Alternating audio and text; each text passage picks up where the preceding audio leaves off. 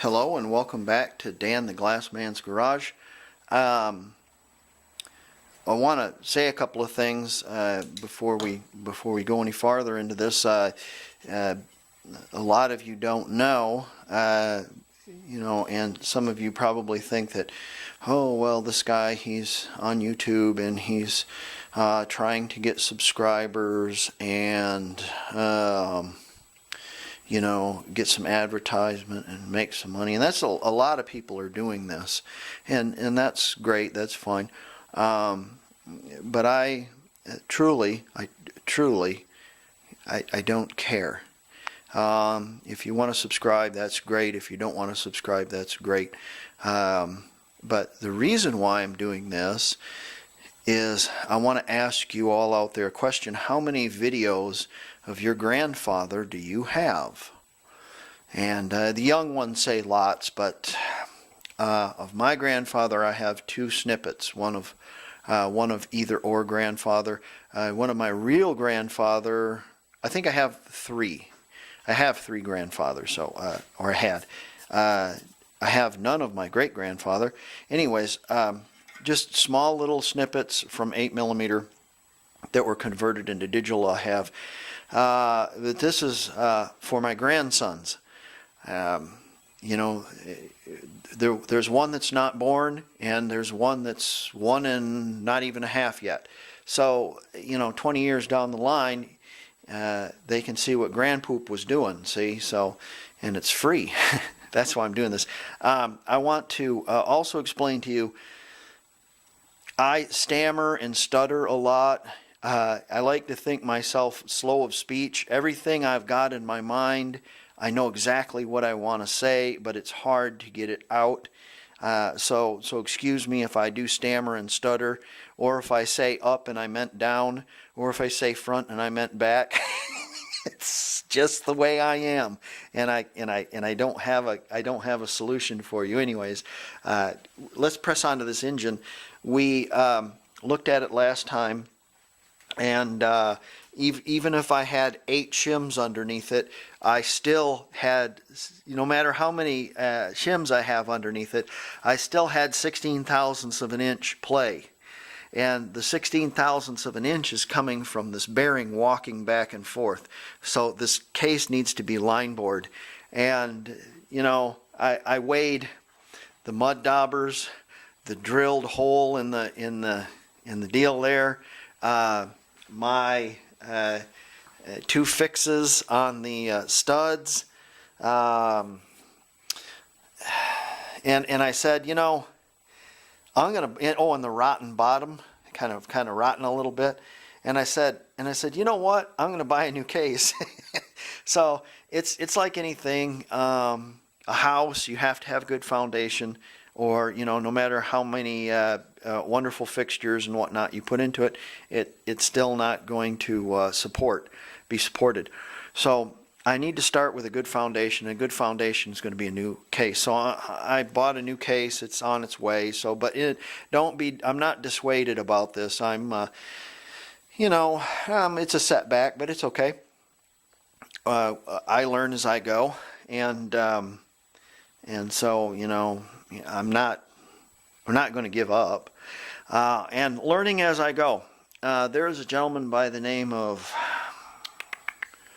I want to say it's Romeo Menderes. I can't remember. And he pointed out that when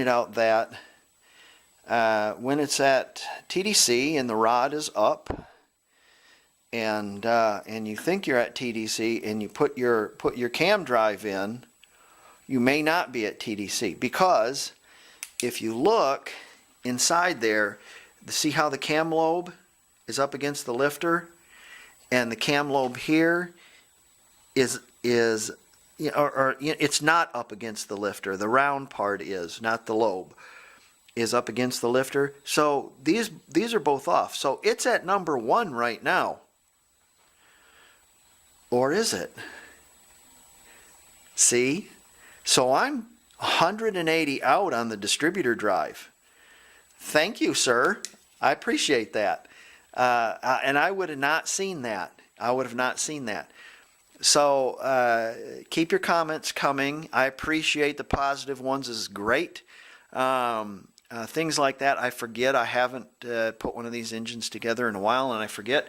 And he also commented that this stud here, I believe, is a long stud because it goes into the block farther. So I don't know if the new Auto Lima case that I'm going to have is going to be like that, but he said on a factory engine, that's why they sent me 7 or 9 long studs and 7 short studs. See? They were right. MP was right, and I was wrong. So, you know, it's not about admitting whether I'm right or wrong. It's the fact that I appreciate people commenting, because it's been a while since I've had one of these apart, and I don't quite remember all the goodies. So I have several people who are commenting, and I'm taking into consideration all that. He also said something about putting the distributor drive in the case first, but you know, I find it easier to do it afterwards, and it's kind of how I learned how to do it, so I think I'm going to continue doing it that way. Anyways, so we're waiting on a new case, and in the meantime I can paint, and we're going to do some fitment of those new cylinders, and we're going to weigh them as well. The pistons, we're going to weigh them on our dope scale and see. Volkswagen says within 5 grams. So, oh, he said 5 grams. No, I'm not going to do that again. Anyways, so let's get to doing some more work while our case is on its way. Here's my heater boxes. I put the wire wheel to it while I was painting, so they're a little rough. But what it does is it grinds all that paint in there. You know, of course you wire wheel it first, but then it grinds all the paint in, and it really makes it adhere if you do that. And I shot my intake again too. Instead of it being blue, I did them in gray, because my block's not going to be blue. So, you know, it's going to be just an aluminum one. Anyways, I painted my heater boxes. Well, that was fun. I'm back from the Pinewood Derby. That's an annual event. Anyways, as a scouter, I like to participate in that. We have all 4 of our cylinders, pistons, pins, and clips in front of us. And because it's reciprocating mass, you want them to be within 5 grams of each other. Okay? So let's have a look. That's 2 grams. What are you weighing the ring clips for? The piston clips for? Well, because they're part of the reciprocating mass. So don't weigh your pins and your, what's the deal here? How come that don't weigh anything? Did my scale just take a crap? That's 2. That's 2. So all my clips weigh 2. 127. 128. 128. 128. 128. All the pins weigh 128. So everything that reciprocates with the pistons is exactly the same in weight. So let's take this piston.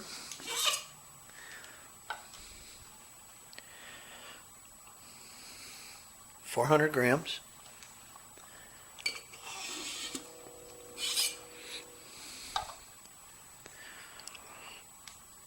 $3.99.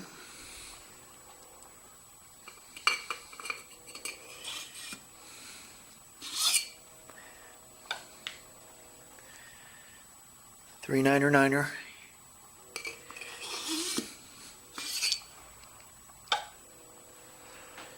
$3.99.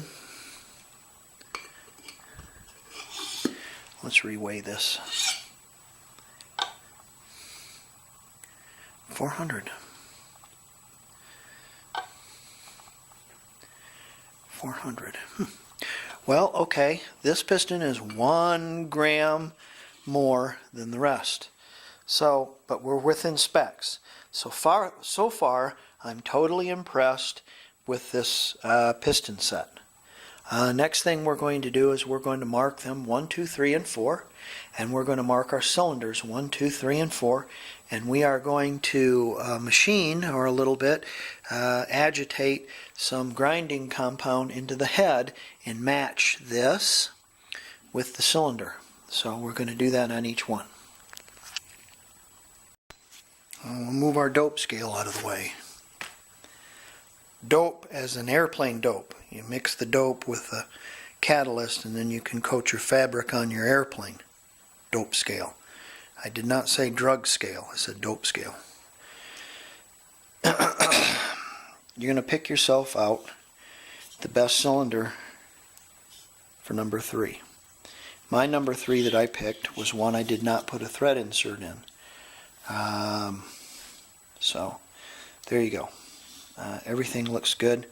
And the reason why that is because it's the hottest cylinder. So we're going to work on number 3 first. There's number 3. I have it marked right there. I have it on my jig.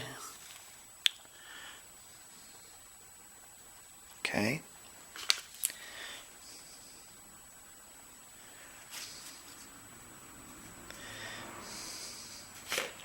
Let me see if I can put this down here. And we'll see if it'll work. Yeah, let's see here. Let's see what I'm doing. Yeah. Take a little valve grinding compound. Fine. Not the heavy stuff.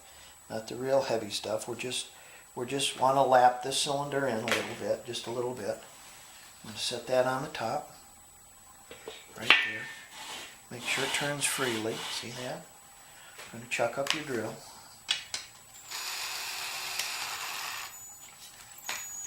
We're going to give her a few spins. Now it appears wobbly because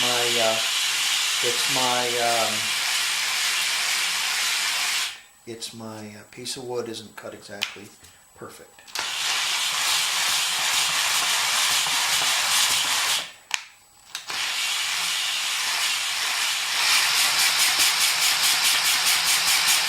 You go back and forth in there a few times. Okay. Take that off. There you go. Now you've made a number 3 to number 3. I've taken little dies like this and I've marked them number 3 and number 4, so I know the cylinder is number 3 and number 4, and this is going to be my number 4 cylinder. Don't worry about removing the pistons. You don't have to match the pistons to the cylinders because they have not been run in those cylinders yet. They're all the same. And then what we're going to do is we're going to clean that all up with some solvent, and we're going to clean our cylinder also with some solvent, and go from there. So you got to do all 4 of them, so let's get all 4 of them done.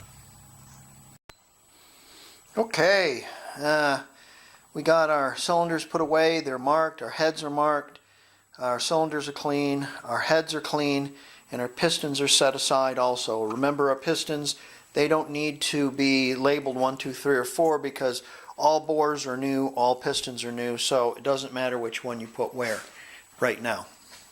One other thing you might want to look at too, and while I have this engine here, I'm able to do this, is you take a piston pin and make sure they just glide in those holes. You see that? If you have a pin bushing that the pin doesn't just slide right in there, just glide right in there. Make sure you put a little oil in it, it helps, you know. But if it doesn't just glide right in there, just pretty, you know, like that, or if it's real sloppy, you've got problems and your rods will need to be rebushed. So I've checked all these, and they all seem to be fine.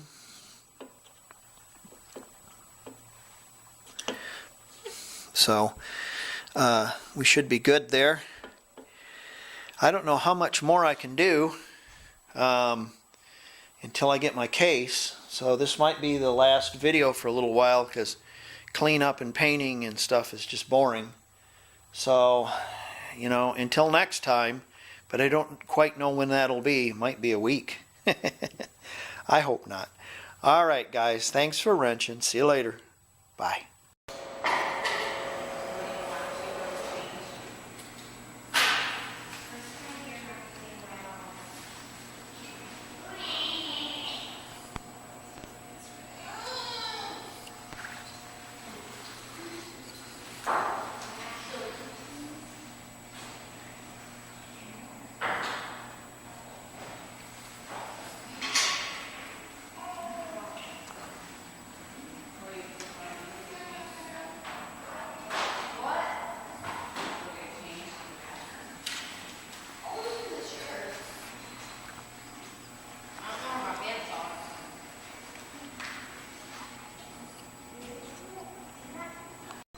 You might ask, why so many trophies?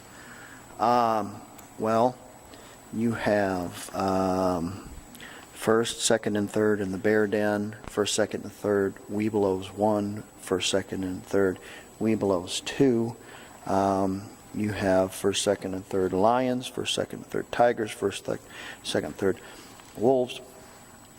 And then you have best design, fastest track time, second place open division, first place is 2 second place open divisions, first place open division, Sunday driver, Cubbiest award, overall champion, overall second place, overall third place. So, you know, not everybody gets one, but there's a lot given out.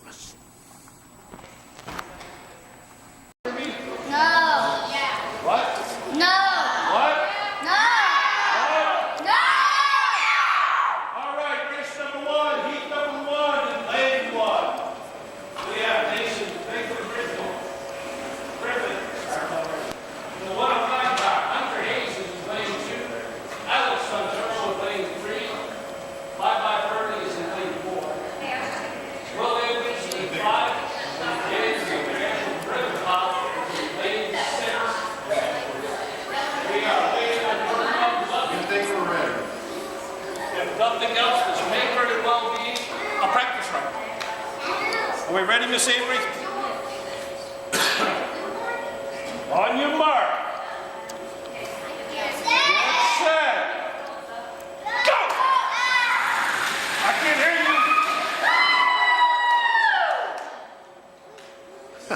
you.